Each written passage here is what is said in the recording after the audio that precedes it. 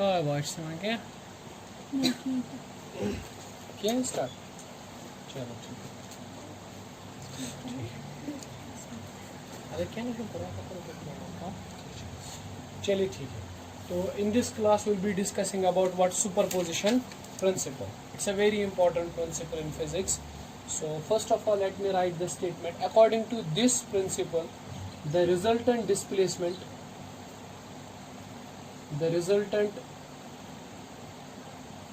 displacement of any particle at any instant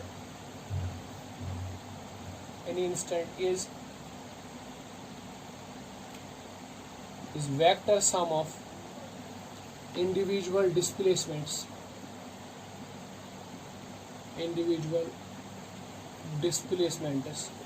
caused to particle by two or more waves. Okay, this is the statement of the what superposition principle. It states that the resultant displacement of a particle at any instant is the vector sum of individual displacements caused to particle by two or more waves. ठीक है कि नहीं? देख लीजिए बेटा, अगर यहाँ पर एक पार्टिकल है, suppose there is a particle इस पॉइंट पर, और यहाँ से आ रही है एक डिस्टर्बेंस, ठीक है, व्हाट विल हैपन? जब भी डिस्टर्बेंस आएगी यहाँ से, this disturbance will cause the particle to vibrate. Okay, ठीक है. लेट अस सपोज इसमें वाइब्रेशन जो प्रोड्यूस हुई, डिस्प्लेसमेंट जो इस पार्टिकल के अंदर हुई, let me assume that is psi1. Okay, so what is psi1? psi1 is the displacement. psi1 is nothing, it is the displacement caused to particle by wave 1. Okay, this is first wave. ठीक है, इस wave की वजह से particle के अंदर कितनी displacement हुई? psi1 इज द डिस्प्लेसमेंट जो पार्टिकल के अंदर हुई due to what? Due to first wave. Okay, उसके बाद क्या हुआ? एक और वेव ट्रेवल करती हुई आ गई, अदर वेव ट्रेवल करते हुए आ गई और बिल्कुल इस पार्टिकल के इस तरह से पास हो गई. ठीक है, तो व्हाट हैपन्स? पार्टिकल के अंदर फिर से डिस्प्लेसमेंट आ जाएगी under the influence of this wave number 2. Okay, let us suppose that the displacement caused to the particle is psi2. Psi2 is nothing but displacement caused to particle by wave number second. ठीक है, तो एक particle medium के अंदर था, अब उस particle के अंदर डिस्प्लेसमेंट होगी. ठीक है, कितने वेव्स की वजह से? पहले एक वेव आई, डिस्प्लेसमेंट हुई, उसके फौरन बाद साथ ही में दूसरी वेव आई, या हो सकता है दोनों वेव्स एक साथ आ गई. तो पार्टिकल के अंदर डिस्प्लेसमेंट प्रोड्यूस हुई due to wave 1 and due to wave 2. ठीक है, तो net displacement of the particle is given by the displacement caused due to wave 1 plus the displacement caused due to wave 2. Okay, total displacement जो particle के पास होगी ना, that will be the individual sum of displacement due to wave 1 and plus displacement due to wave 2. But this is vector sum. Okay, this is simply what? The superposition principle. So superposition principle says that the resultant displacement of any particle at a given instant of time is vector sum of individual displacements. Vector sum of individual displacement is caused to particle by two or more waves. Okay, ठीक. In general मैं लिख सकता हूं, अगर दो waves ना हो, दो से ज्यादा वेव्स हो, I can write psi is equal to psi1 displacement caused to first particle caused by first wave, psi2 displacement due to second wave, psi3 plus derivation up to psi n displacement caused due to nth wave. Okay, so I can write psi is simply equivalent to summation I goes from 1 to n psi I, जो भी number of waves यहाँ पे present होगी. ठीक है, now इस तरह से है. अब चूंकि ये वेक्टर सम है, ठीक है, अगर वेव्स की डायरेक्शन, अगर इन डिस्प्लेसमेंट्स की डायरेक्शन अपोजिट हुई तो यहाँ पे प्लस नहीं आएगा, प्लस की बजाय माइनस भी आ सकता है. ठीक है, so let me write plus और minus. I will write a general statement, plus और minus. Okay, everywhere I will write plus और minus. Is that clear? So it will be plus और it will be minus also. ठीक है कि नहीं? है ना? ठीक. So as per this principle, simply if you have to check what is the displacement, net displacement of particle, what you will do, you will just sum up all the displacement is caused by different type of different waves, caused by different waves. Okay, अब यहाँ पे एक चीज assume करो, अगर कोई particle है और उसके अंदर से यहाँ से ऐसे एक वेव जा रही है और साथ ही में साइमल्टेनियसली दूसरी वेव भी जा रही है, ठीक है, at a same time simultaneously, ठीक है, क्योंकि वेव्स तो बहुत फास्ट चलती हैं, खासकर light waves, they have speed 3 × 10⁸. Okay, जब आप पहली वेव की डिस्प्लेसमेंट का देखोगे ना, जब आप पहली वेव की वजह से डिस्प्लेसमेंट देखोगे, उस टाइम पे आपको एज्यूम करना है कि सेकंड वेव यानी all the other waves are absent, ठीक है. अब जब आप सेकंड वेव की वजह से डिस्प्लेसमेंट देखोगे, assume that all the other waves are absent. Third wave की वजह से डिस्प्लेसमेंट देखोगे, assume that all the other waves are absent. Okay, this is the assumption, right. ठीक, we say this as individual displacement. Individual displacement means displacement caused by the wave to the particle when all the other waves were absent, when it was only the single wave traveling. Okay, right, simply. So say for example there is a particle and उसके अंदर जो displacement we produce due to the wave one, that is like this. Okay, like this, ठीक है. This is psi1, ठीक है, due to wave one particle इस तरह से डिस्टर्ब होता है, उसकी डिस्प्लेसमेंट ये है, ठीक है. अब मान लीजिए तो दूसरी वेव आ रही है और उसकी वजह से पार्टिकल बिल्कुल इस तरह से हो रहा है. This is psi2. What is the total displacement? Sum of, ठीक है, सम देम. तो what you will get like this. What will happen? This is crest and this is crest. तो crest and crest correspondence is there, trough and trough correspondence is there. So therefore these two waves will get add up. और होगा क्या? Crust will superimpose on crust, trough will superimpose on trough, and there will be constructive superposition. और उस वजह से क्या होगा? जो रिजल्टेंट वेव होगा उसका एम्पलीट्यूड बढ़ जाएगा. ओके, उसका रिजल्टेंट एम्पलीट्यूड क्या होगा? बढ़ जाएगा. तो psi will be simply equivalent to psi1 plus of psi2. Is that clear? So अगर crust correspondence है, trough correspondence है, so the crust of one wave will fall on the crust of other wave, trough of one wave will fall on the trough of other wave. Such type of superimposition is called as constructive superimposition. ठीक है कि नहीं? उसको क्या बोलते हैं? constructive superposition. और उस constructive superposition में क्या होता है? resultant wave का जो amplitude होता है वो increase हो जाता है, ठीक है. the wave gets amplified, wave amplify हो जाती है, ठीक है. Say for example like this, if there is a particle और एक wave आ रही है which causes the particle to go up, okay, there is another wave which is coming, ठीक है, और वो भी particle को displacement दे रही है in upward direction. So what will be the total displacement? Total displacement will be the sum. Okay, the particle will go up. ठीक है, पहली वेव से अगर यहाँ तक जा रहा था, दूसरी वेव से अगर यहाँ तक जा रहा था, तो टोटल डिस्प्लेसमेंट अप हो जाएगी, एड अप हो जाएगी, ठीक है. Such type of this superposition is called as constructive superposition. Okay. देखो, superposition can be classified like this. We can say that there are two types of superposition. One is called as constructive superposition and destructive superposition. Okay. Second one is destructive.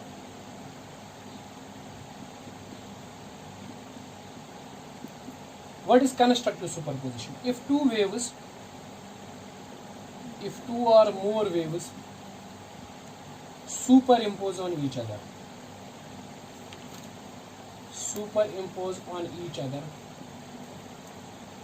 such that crust of one wave follows on crust of other, and trough of one wave follows on trough of other, and trough of one wave follows on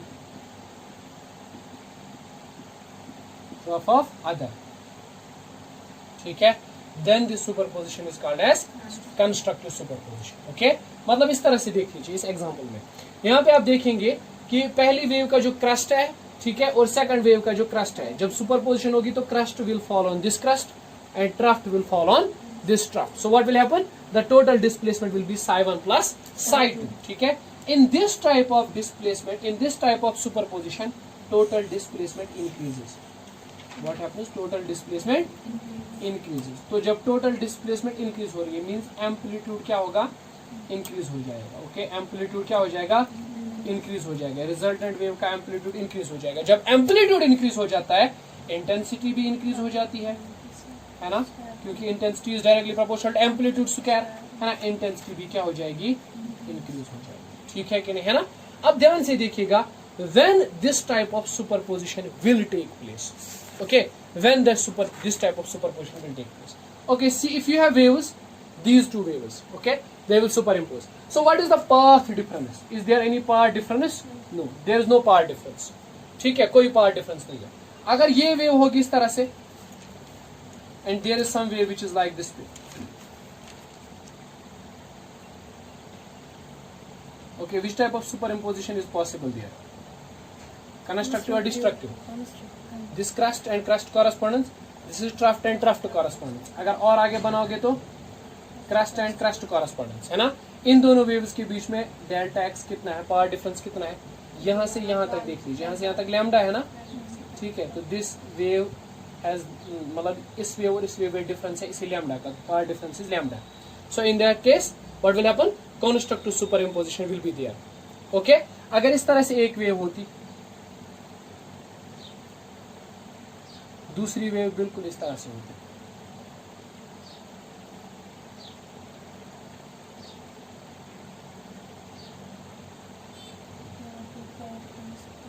what is the power difference? Delta x, it is यहाँ से यहाँ तक lambda, तो हो गया lambda, फिर यहाँ से यहाँ तक एक और लैम्डा, तो power difference will be 2 lambda. In such case, the constructive interference will this superposition will occur. Okay. अगर पावर डिफरेंस होगी 3 times lambda, again the constructive, 4 times lambda, again the constructive. ठीक है.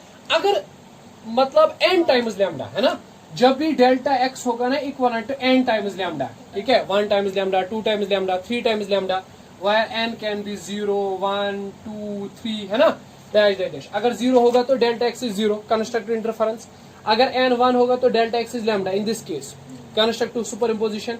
एंड इफ n इज 2 तो 2 times lambda, the constructive superposition. Okay, whenever this condition is satisfied there will be constructive superposition. Okay, अच्छा सोचिए, अगर delta x होता n/2 लैम्डा/2, okay, तो क्या होता? दूसरी वेव स्टार्ट होती यहां से, तो ये कॉरेस्पॉन्डेंस नहीं रहती, crust and crust, trough and trough correspondence नहीं रहती, तो कंस्ट्रक्टिव सुपरपोजिशन उस केस में नहीं पॉसिबल होता. ठीक है कि नहीं? Constructive superposition is possible if the power difference is n lambda. Okay, this is the condition for constructive superimposition. Okay, you have to remember that, right? So two waves will constructively superimpose if the power difference between them is n lambda. Now there is a relationship between power difference and phase difference. ठीक है, हमेशा याद रखना, power difference और phase difference के बीच में एक relationship है. ठीक है, और वो देखो क्या है, delta phi, this is phase difference. Okay, delta phi is phase difference.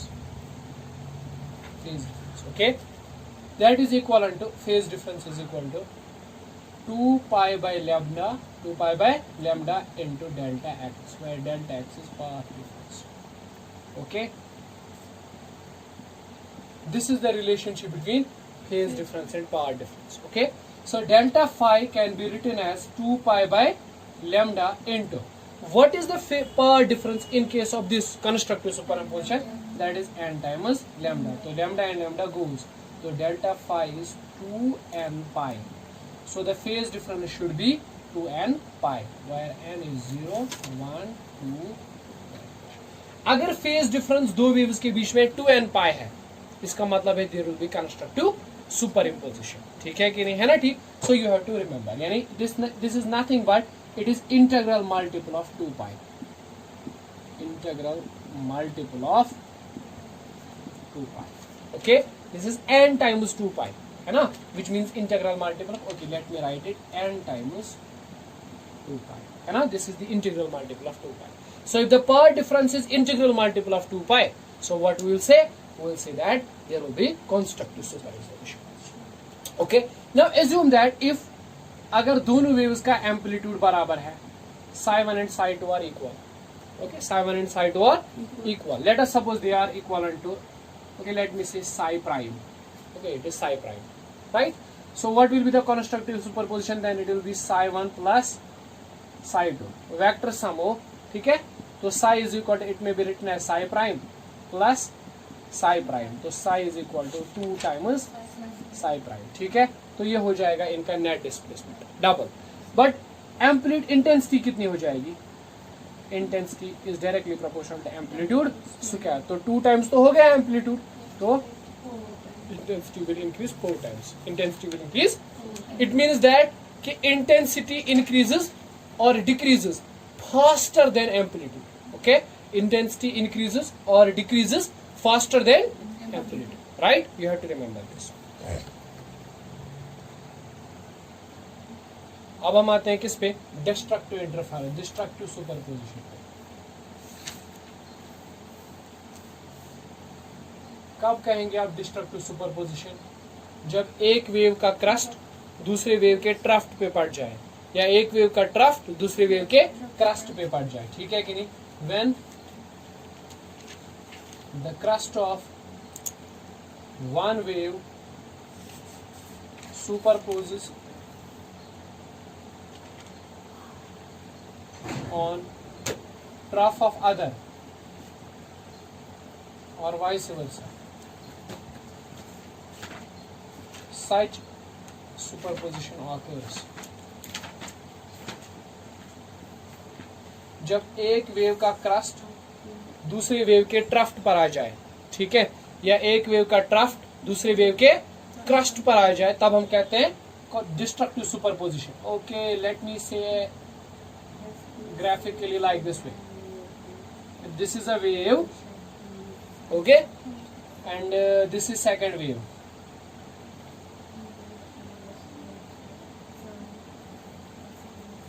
So when you will add them, it has displacement psi 1, this has displacement psi 2. Okay, when you will add them, what will happen? This crust will superimpose on this crust, trough. This trough will superimpose on this crust. So there is crust trough or trough crust correspondence, है ना? So resultant wave will be like this. The resultant wave का amplitude decrease हो गया होगा, तो छोटी हो गई होगी, है ना? कैसे? psi will be equivalent to psi 1 plus of minus psi 2. Okay, which is nothing but psi 1 minus psi 2. Is that clear? ठीक है. So what will happen in such case of superposition? The net displacement, amplitude and intensity, displacement, amplitude and intensity will fall, will decrease. In that case, the net displacement will decrease. Okay, it will fall. Resultant wave जो होगी उसका amplitude भी कम होगा, okay, उसका ये जो है intensity भी कम होगा, और नेट डिस्प्लेसमेंट भी पार्टिकल की कम हो जाएगी, है ना? When this type of superposition will occur. Okay, what are the conditions then? Okay, मुझे बता सकते हो आप यहाँ पे कितना ये है this exactly? They are in phase और they are out of phase? They are opposite phase. They have opposite phase. Okay, they are opposite phase. Okay, say there is a wave which is flowing like this, and it is displacement is psi 1. There is some other wave which is flowing like this.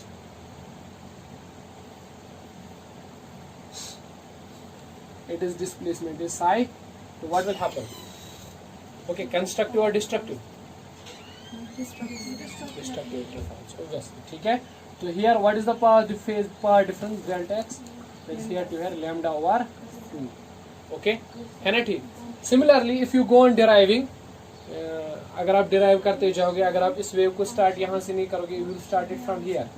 Okay, ठीक है, या यहाँ से start करोगे, ठीक है, तो you will obtain what? The condition for destructive superposition, and you will obtain it like this way. Delta X is n plus 1/2 into lambda. Okay, ठीक है, n plus 1/2 into lambda. We'll be explaining this in detail. Okay. तो delta x कितना आया? It comes out to be n plus 1/2 into lambda, where n can be 0, 1 2 3 dash dash dash. Okay, जरा मुझे बताइए बेटा phase difference कितना होगा फिर? Phase difference okay, it will be delta phi equal to lambda by 2 pi into delta X. Delta X तो ये है n plus 1 by 2 into I think it was 2 pi by lambda, है ना, 2 pi by lambda into lambda. Okay, lambda and lambda will go, तो delta phi will be 2 pi n plus 1 by 2. Okay, so delta 5 can be written as 2 pi 2n plus 1 divided by 2. 2 and 2 will go, so delta 5 can be written as 2n plus 1 into pi. Okay, if this condition is satisfied, the superposition will be destroyed. Okay, and see constructive superposition or destructive superposition, ठीक है, it depends on the situation. It depends on the situation. Okay, it depends on the situation. We will see in various cases. Okay, if psi 1 equates to psi 2 equates to psi prime. Suppose दो waves है, दोनों की displacement psi है, psi prime है, ठीक है, तो what will be the total superposition? It will be psi 1 plus psi 2, ठीक है, लेकिन destructive है तो minus, है ना, तो psi will be psi prime minus, that will be 0. Okay, now what this situation corresponds to? What does this mean? Does it mean that the final wave will demolish? Okay, it will not be there. Isn't that amazing?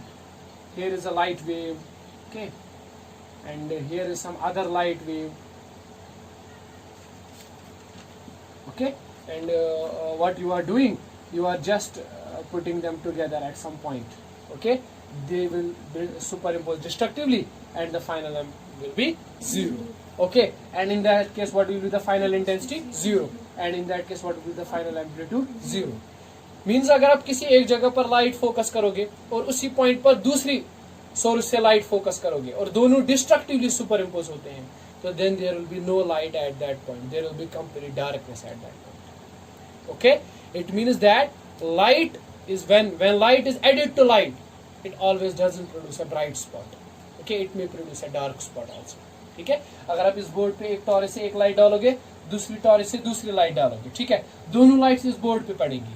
जरूरी नहीं है कि इस board पर brightness आ जाए, ठीक है, there में बी डार्कनेस आल्सो, ठीक है, डिपेंड करता है वो जो लाइट वेव्स आप डाल रहे हो, whether they superimpose constructively or they superimpose destructively. Okay, if they superimpose constructively there will be brightness, and if they superimpose destructively there will be darkness. So what will happen on this board? Some points will be of complete darkness and some points will be of brightness. Okay, you will obtain a pattern there. Okay, some of the points has darkness while some of the points has brightness. Okay, so we will see that pattern, what actually that is. Okay, in some cases we say that जो ये final wave यहाँ पे obtain होती है, it has zero magnitude almost, है ना, ठीक. In such sometimes we say this as a stationary wave. Okay, as a stationary wave, but we are not here to talk on stationary waves. Okay, so this is all about what this superimposition principle says.